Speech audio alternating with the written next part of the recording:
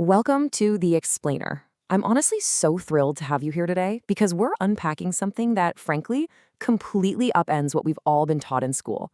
We're looking at this fascinating, super blurry line between extinct and hidden. We're always taught that extinction is a hard stop, right? Just a final chapter closed in the history books. But as we dig into the data today, you're going to see that the line between gone forever and just waiting to be found, well, it's a lot thinner than our textbooks claim. So let's dive right into this by jumping to an incredibly recent discovery. The year is 2024. In October, divers down near the Maluku Islands of Indonesia swam almost 500 feet down into pitch-black water, and they came face to face with an animal that scientists thought had been dead for 70 million years, the Coelacanth. I mean, for decades, this fish was considered the ultimate fossil, yet here it is. It's this deep-water survivor that can live up to 100 years. And get this, it experiences mind-boggling 5-year pregnancies. That is literally the longest of any animal we know of. And it just keeps popping up in waters nobody had even thought to check before, thousands of miles from where we first rediscovered it. The Coelacanth proves right out of the gate that our scientific extinction dates, they can be spectacularly wrong. Moving into part 1, the extinction question mark, why historical end dates are often just guesses. Let's take the most famous extinct animal of all time, the dodo. Most of us think we know when it died out, but looking at the historical timeline, it's actually a pretty messy story. The last clear sighting was in 1662, but for years after that, sailors kept reporting birds matching its exact description on the island of Mauritius, stretching way into 1688. When scientists finally ran these scattered sightings through a statistical model, their answer kind of changed everything. The actual end date was likely closer to 1693. See, because the dodo laid just one single egg at a time and lived near these really dense, unvisited forests, math actually proves a few slowly breeding survivors likely held on for decades after their official goodbye. Which brings us to part 2, ghosts in the DNA, hiding inside the cells of modern relatives.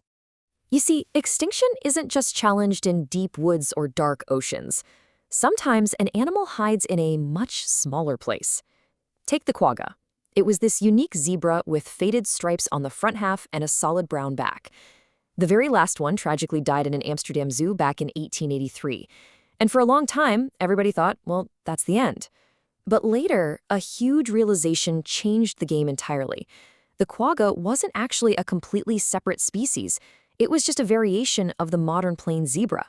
Because they share the exact same species type, scientists kicked off a selective breeding program in the 1980s, picking out zebras with the fewest stripes to literally bring that faded look back to life.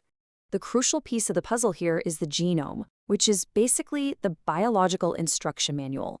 Now, while the 160 modern animals currently walking around in this program aren't exact, perfect genetic clones of the lost quagga, they're using the hidden instructions locked away in the modern zebra's DNA to look incredibly similar. Honestly, if you walked past one of these selectively bred animals today, you'd swear you were looking at a living ghost. And this idea of genetic hiding perfectly illustrates why we have such a hard time letting go of certain animals. The Japanese wolf was officially wiped out by the early 1900s, but a 2021 test of museum DNA revealed something absolutely staggering. Out of all wild animals, this extinct border collie-sized wolf is the closest relative to every pet dog on Earth. When a lost animal is that intimately connected to the dog sleeping on your couch right now, it's really no wonder people still search the mountains of Japan hoping every blurry photo might just be the wolf making a comeback. On to part 3, hiding in plain sight. The animals walking right past us.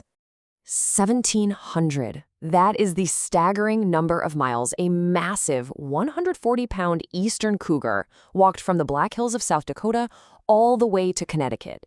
Over 2 whole years, it casually left behind droppings, hair, and trail camera photos across Minnesota, Wisconsin, and New York before it was tragically hit by a car in 2011. Now, keep in mind, no wild cougars had been seen in Connecticut in over 100 years. So what was this? Was it a ghost returning? Actually, no.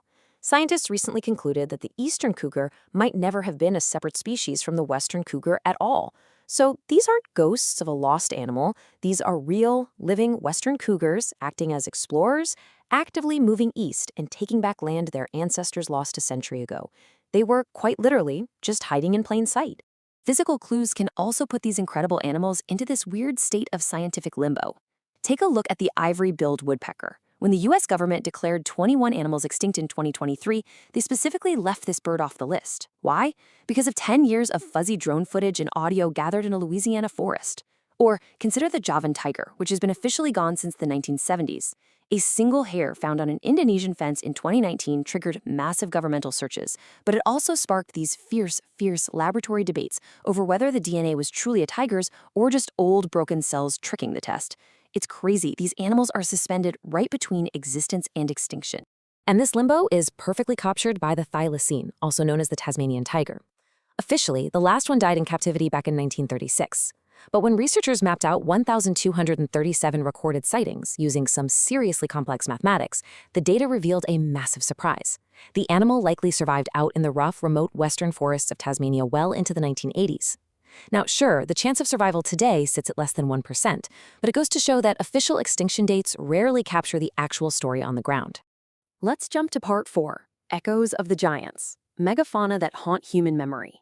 Let's look at the Gigantopithecus. We picture this thing as an absolute giant, like 10 feet tall, weighing 550 pounds.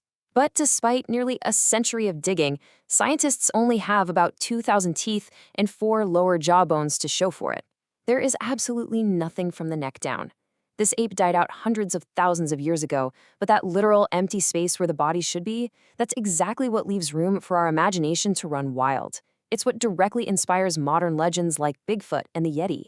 We see this same kind of phenomenon over in the Amazon. An American researcher collected over 100 stories from hunters describing the mapinguari, a tall, smelly beast walking on 2 legs that leaves a trail of flattened trees behind it. What's incredible here is how perfectly this local legend matches the giant ground sloth. I mean, this was a car-sized animal that literally walked on the sides of its feet, which would leave those exact backward-pointing tracks mentioned in the local lore. And it died out just 10,000 years ago, which in Earth's history is basically yesterday. So it feels less like make-believe and much more like this deep ancestral memory that just refuses to fade away. Now, sometimes human memory clashes a lot harder with science. Take the legend of Mokele Mbembe, which is supposedly this giant, long-necked living dinosaur hiding out in the vast swamps of the Congo. The scientific consensus is super firm on this one. Non-bird dinosaurs went extinct 66 million years ago.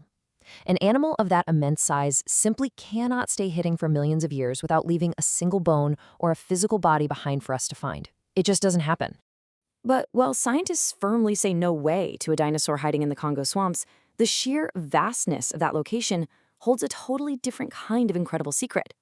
In 2006 and 2007, researchers exploring those exact same barely mapped swamps discovered over 100,000 western lowland gorillas living there.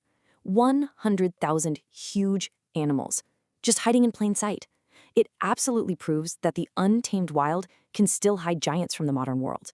Which brings us to our final section, Part 5, redefining what extinct means, the line between gone and waiting. Think back to the dodo from the beginning of this explainer. In early 2025, scientists actually shared a complete, high-quality dodo genome, opening the door to potentially rebuilding what was lost. Between vast, unmapped wildernesses that still hide incredible secrets and scientists actively rewriting genes in laboratories today, the word extinct doesn't always mean a permanent, unchangeable end anymore. It's becoming a status that's constantly shifting as our technology and our exploration improve.